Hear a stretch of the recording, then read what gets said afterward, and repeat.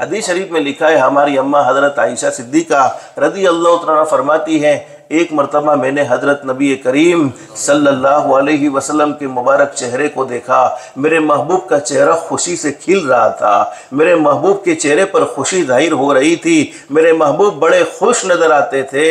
اور میرے پیاروں، جب ہمارے نبی خوش ہوتے ہوں گے تو بولو اللہ کتنا خوش ہوتا ہوگا، جن کے صدقے میں اللہ نے پوری کائنات کو سجایا ہے، جن کے صدقے میں اللہ نے پوری کائنات کو بنایا، جب ہمارے نبی خوش ہوتے ہوں گے تو اللہ کتنا خوش ہوتا ہوگا۔ اب حضرت نبی کریم صلی اللہ علیہ وسلم کو اماں عائشہ صدیقہ رضی اللہ تعالیٰ نے خوش دیکھا تو خوشی کا فائدہ اٹھایا۔ معاف کرنا، صرف میں آپ سے پوچھتا ہوں کہ ہماری بیویاں ہمیں خوش دیکھے تو نہ جانے کیا سے کیا درخواست ہو سکتی ہے، ہر کوئی آدمی جانتا ہے۔ جب ہم موڑ میں ہوئے اور یوں کہہ دے بھئی یا تو میں بہت خوش ہوں، پھر جو درخواست کرنی ہے کر لے، تو درخواست ہم سب جانتے ہیں کہ کیا کیا درخواستیں ہو سکتی ہیں۔ لیکن حضرت عائشہ صدیقہ رضی اللہ تعالیٰ نے فرمایا، اللہ کے نبی آج تو آپ بڑے خوش نظر آ رہے ہیں، اور علماء نے خوش ہونے کی وجہ بھی کتابوں میں لکھی ہے کہ میرے محبوب حضرت محمد رسول اللہ صلی اللہ علیہ وسلم اس لیے خوش ہیں کہ میرے محبوب کو امت کے لیے بشارتیں سنائی گئی ہیں، میرے محبوب آپ کی امت کے ساتھ ذاتی کا معاملہ نہیں کیا جائے گا، آپ کی امت کو جنت میں سب سے پہلے داخل کر دیا جائے گا، آپ کو اپنی امت کے بارے میں خوش کر دیا جائے گا، اس لیے کہ ہمیشہ آپ اپنی امت کی فکر میں رہتے تھے، ہمیشہ آپ اپنی امت کی فکر میں راتوں کو روتے تھے، ہمیشہ آپ کے دن رات امت کی فکر میں گزرتے تھے۔ حضرت نبی کریم صلی اللہ علیہ وسلم خوش ہیں۔ اماں عائشہ صدیقہ رضی اللہ تعالیٰ نے فرمایا، میرے محبوب آج تو آپ کا چہرہ خوشی سے چمک رہا ہے، آپ میرے لیے مغفرت کی دعا کر دیجئے۔ دیکھو خوشی کا فائدہ کیا اٹھا رہی ہے کہ میرے لیے مغفرت کی دعا کر دو، میرے لیے اللہ سے مغفرت کا سوال کر دو۔ اب ہمارے نبی حضرت محمد رسول اللہ صلی اللہ علیہ وسلم کے مبارک ہاتھ اٹھے اور ہمارے نبی نے مانگا، اللہم اغفر لی عائشۃ ما تقدم من ذنبها وما تأخر وما اسرت وما اعلنت۔ ہمارے نبی نے مانگا، اللہ عائشہ کے گناہوں کو معاف فرما دے، عائشہ کے وہ گناہ جو پہلے ہو گئے ہو یا وہ گناہ جو بعد میں ہو جائے، وہ گناہ جو چھپ کر ہو گئے ہو یا ہو جائے، وہ گناہ جو کھلم کھلا ہو گئے ہو یا ہو جائے۔ لیکن میرے پیاروں، میں آپ سے پوچھتا ہوں کہ اماں عائشہ نعوذ باللہ کوئی گناہ کرنے والی عورت تھی؟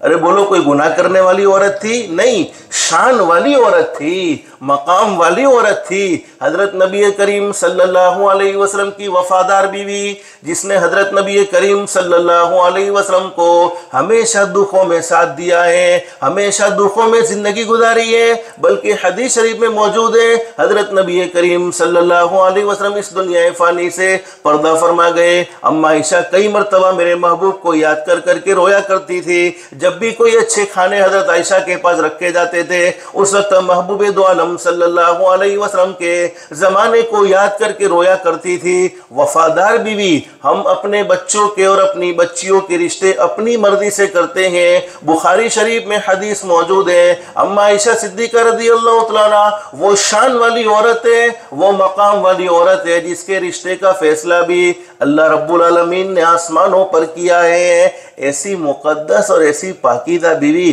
نعوذ باللہ گناہ کرنے والی عورت نہیں تھی، بلکہ شان والی، مقام والی، اللہ سے ڈرنے والی، اور حضرت نبی کریم صلی اللہ علیہ وسلم کی زندگی کا بہت زیادہ علم رکھنے والی صدیق اکبر رضی اللہ تعالیٰ عنہ ہمارے نبی کے سچے عاشق ہیں۔ اماں عائشہ صدیق اکبر رضی اللہ تعالیٰ عنہ کی بیٹی ہے۔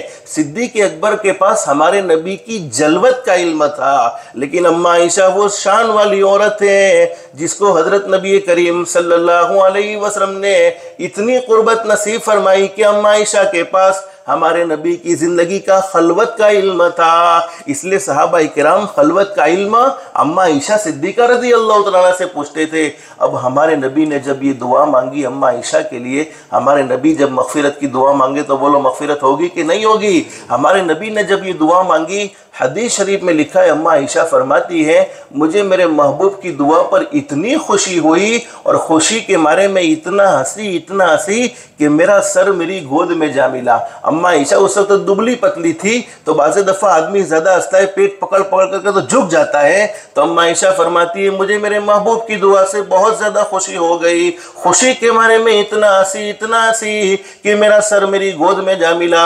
اب ہمارے نبی نے فرمایا عائشہ کیا تم کو میری دعا نے خوش کر دیا؟ دیکھو اللہ کے نبی بڑے اخلاق والے تھے۔ میں نے گزشتہ کل کہا تھا نا، ہمارے نبی کی زندگی پر ہم انگلی نہیں رکھ سکتے ہیں۔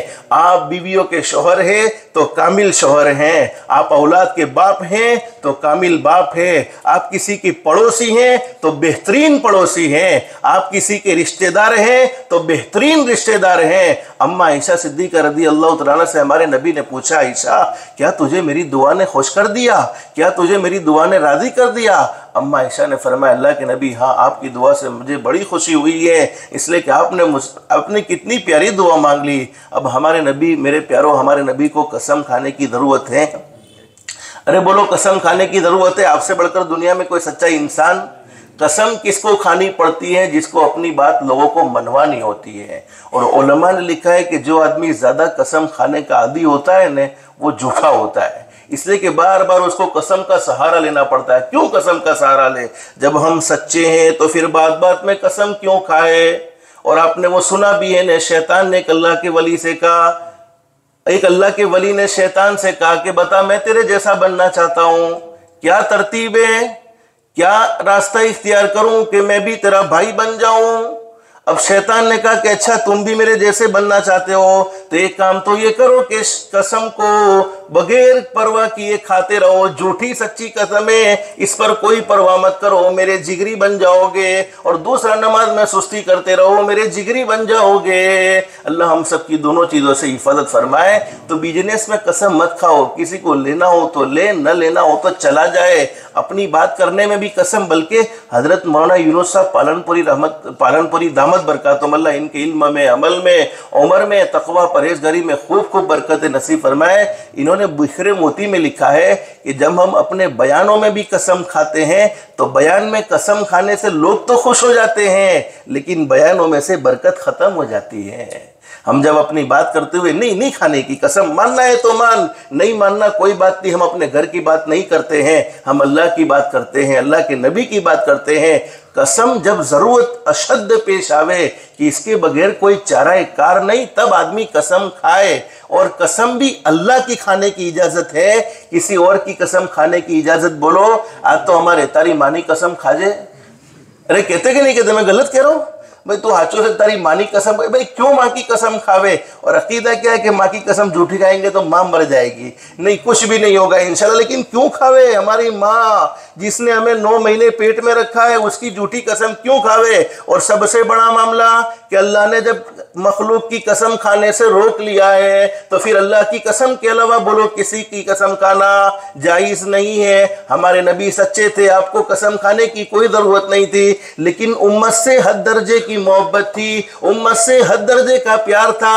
آپ نے قسم کھا کر یہ بات اس لیے ارشاد فرمائی تاکہ تاکید ہو جائے کہ امت کی محبت میں میرے نبی کتنے آگے بڑھے ہوئے ہیں۔ ہمارے نبی نے فرمایا حدیث شریف کے الفاظ، واللہ انہا لدعوتی لامتی فی کل صلاۃ۔ اللہ کے نبی حضرت محمد رسول اللہ صلی اللہ علیہ وسلم نے فرمایا عائشہ تجھے میری دعا نے خوش کر دیا۔ اب ہمارے نبی فرما رہے اللہ کی قسم عائشہ یہ دعا تو میں اپنی امت کے لیے ہر نماز میں مانگا کرتا ہوں۔ حضرت جی مولانا یوسف صاحب رحمۃ اللہ علیہ اپنی یادگار تقاریر میں اس بات کو بیان فرماتے ہیں، اردو زبان میں حضرت کی یادگار تقاریر کتاب موجود ہے کہ حضرت نبی کریم صلی اللہ علیہ وسلم کو اما عائشہ سے بے حد محبت ہے، بہت زیادہ محبت ہے، پھر بھی اپنی محبوبہ کے لیے زندگی میں ایک مرتبہ دعا مانگی ہے، اور ہم امتیوں کے لیے مغفرت کی ساری زندگی دعا مانگی ہے۔ بولو ایسے نبی کے احسان کا بدلہ ہم دے سکتے ہیں؟ شان والے نبی، مقام والے نبی، مرتبے والے نبی جن پر اللہ کا قرآن نازل ہوا تو قرآن کریم کی عظمت کو بھی سمجھنا ہو تو محمد عربی صلی اللہ علیہ وسلم کی عظمت کو سمجھنا ہوگا۔